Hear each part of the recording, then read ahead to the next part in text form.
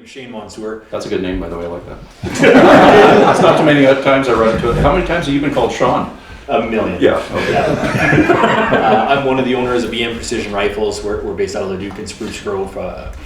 We've been building custom long-range bolt-action rifles for 6 years now. My background, I come from the oil and gas sector as well. I work in horizontal directional drilling. I actually work for an environmental solutions company managing drilling waste and site reclamations and things like that. So obviously there's some pipeline sensitivity as well. Absolutely. But I got into the shooting sports about 10, 12 years ago. Started shooting long range, shooting 3-gun, just love getting involved in it. I've never been much of a jock or an athlete, and I've always had a competitive nature, and shooting actually gave me an environment where I could participate, compete, and I'd never met a group of people or a demographic where you could get in, compete against someone, and that same person would still mentor you, help you, assist you, loan you equipment out.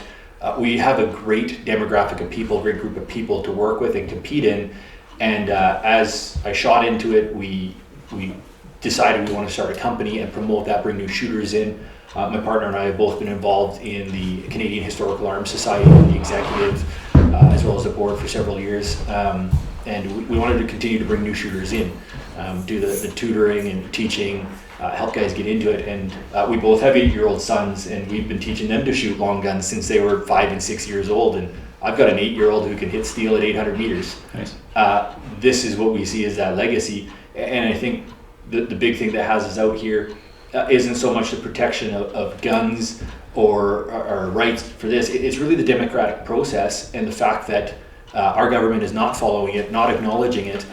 And at what point does that become something or a hobby or a possession that somebody else wanted to keep? When do they take your motorcycle away? When do they take your ability to play football because there's too many concussions? Like, when does the government decide what is safe, what is appropriate, what you can and can't own? And if they can unilaterally make decisions with a stroke of a pen criminalizing people, that's a fundamental flaw in our democratic process that needs to be addressed.